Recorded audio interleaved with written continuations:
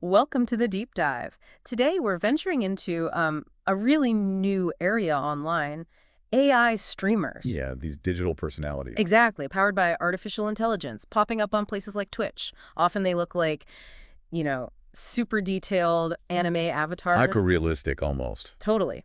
So we're going to explore what they actually are, why they seem to be gaining traction, and maybe unpack some of the bigger questions they bring up. For sure.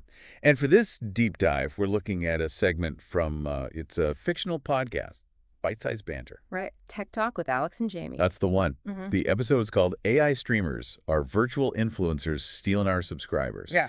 And it's basically a chat between Alex, who's, really into the AI side. The enthusiast. Yeah, and Jamie, who's a bit more, let's say, skeptical, questioning it more. Okay. And they cover quite a bit, the basics, the impact, even listener thoughts. Gives us a lot to work with. So our mission here is really to understand this whole AI streamer thing, drawing from that conversation. Sure. Figure out what makes them tick, why they're popping up more, and look at the pros and cons they talked about. Basically get you, the listener, up to speed on these virtual streamers without, drowning in technical jargon. Exactly. Okay, so let's get into it. According to the source, what are AI streamers, fundamentally? Bite-Sized Banter described them as more than just a digital face. They're Yeah. personas, right? But their actions, their words, it's all driven by AI underneath. So not just a puppet. Not just a puppet, no. And a huge thing is they can be on all the time, like 204/7, no breaks needed. Wow, okay. And the tech isn't simple stuff. They mentioned using things like GPT-4. The language model. Yeah, a really powerful one for making the conversation sound, well, almost human. Plus, voice synthesis for the sound and motion capture for the avatar's movements. So it's a whole package trying to seem real-time and interactive. Pretty much. It's Yeah. aiming for that feeling. And did the discussion mention any specific ones, like who's actually doing this? They did. Two names came up that sounded pretty interesting. Koda Miko, Oh, yeah. described as this tech-savvy virtual engineer, apparently with a big Twitch following. Like over 500,000. That's significant. Definitely. And the other was Neurosama, an AI VTuber, Okay. known for playing games like Minecraft. And apparently her chat interactions can be quite blunt, maybe even roasting people sometimes. Really? So they have distinct personalities, kind of? It seems like it. They're not just generic bots. They're engaging viewers in their own specific ways. Which naturally leads to the question, why? Why are people actually watching these AI personalities? What's the draw? Bite-Sized Banter threw out a few ideas. First off, just the novelty factor. It's new. It's different. Exactly. We're used to humans online, right? So seeing an AI interact, even if it's not perfect, it's Yeah. intriguing, like watching early tech evolve. Yeah, I get that. And second, that always-on thing we mentioned. The 2/4/7 streaming. Yeah. Human streamers need sleep. They have lives. An AI streamer, theoretically, constant content. Yeah. You want entertainment at 3 a.m., maybe they're there. That's a huge accessibility advantage from a purely content perspective. Were there other reasons discussed? They touched on the brand side of things, too. Ah, interesting. How so?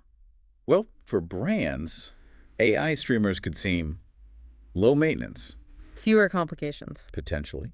No salary in the usual sense, maybe less risk of personal controversies that human influencers sometimes face. Okay. That makes a certain kind of business sense. Plus, the potential to operate in multiple languages at once. Yeah. That's a big marketing plus. Global reach built in. Right. And one more thing they mentioned was this element of fan interaction actually shaping the AI. How does that work? Through chat, through feedback. Hmm. The viewers can sort of nudge the AI's personality over time. Creates this feeling of participation, maybe? Like they have a stake in its development. Kinda, yeah. A unique interactive loop. Okay, but this is where it gets complicated, right? Because surely not everyone's thrilled about this. The Source podcast definitely raised some doubts. Oh, absolutely. Jamie, the skeptic, brought up some key concerns. What were the main ones? A big one was about genuine emotional connection, that human need for it. Can you really bond with code? That's the question, isn't it? Can viewers form that same kind of relationship with an AI Yeah. as with a human streamer who shares real-life stuff, vulnerabilities? And authenticity too, I guess. Yes, exactly. Those unscripted, Mhm. spontaneous moments. The stuff that makes human interaction feel real. Maybe that's just missing if it's all algorithm-driven. It feels potentially less genuine. Potentially, yeah. Or at least different in a fundamental way. And I bet the impact on actual human streamers came up too. For sure. Job displacement was a major point. Are they going to lose their audience? their income. That's the fear. Is it unfair competition when an AI can stream endlessly? It definitely raises questions about the future for people making a living this way. Yeah, that's a serious concern. And while they didn't maybe use the word ethical constantly, there was this underlying unease, a feeling that maybe something important is lost or that it feels a bit hollow. Like interacting with something purely artificial. Right. That slight uncanny feeling, perhaps. But the conversation wasn't totally one-sided, was it?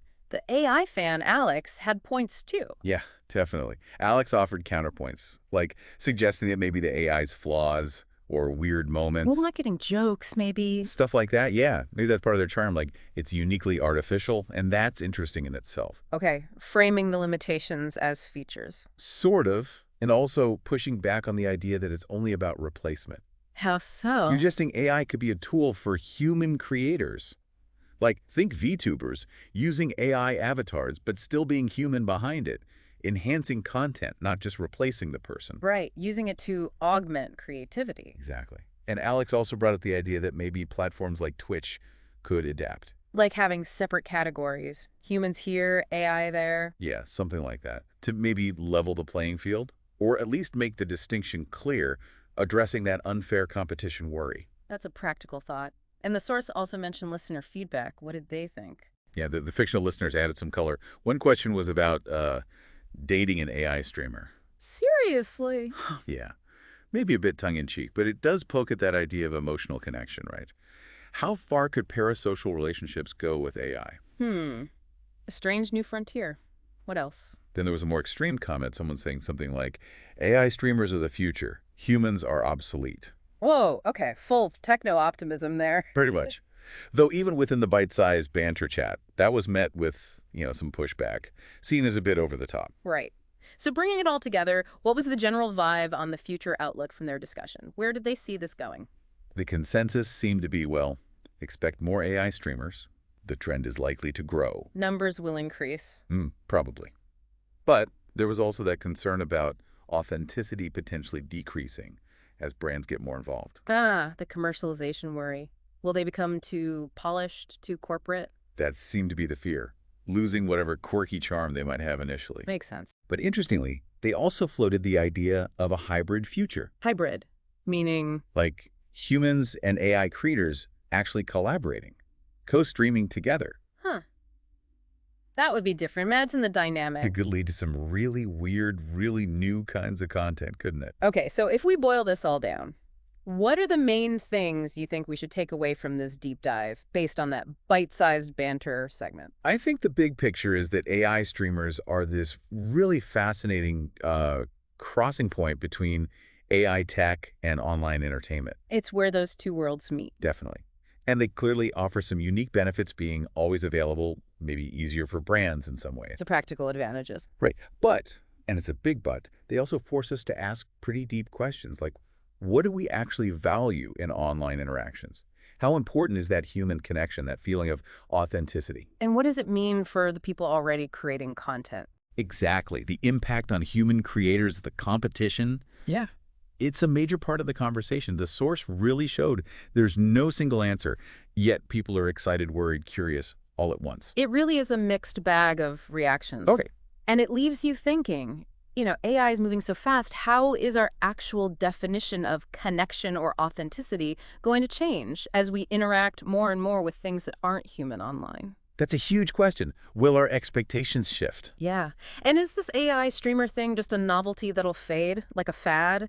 Or are we actually seeing the start of a fundamental change in how we consume online content, how we relate to online personalities? It's hard to say for sure, isn't it? Yeah. But definitely something to keep an eye on. Absolutely. Well, lots to chew on there. Thanks for taking this deep dive with us today.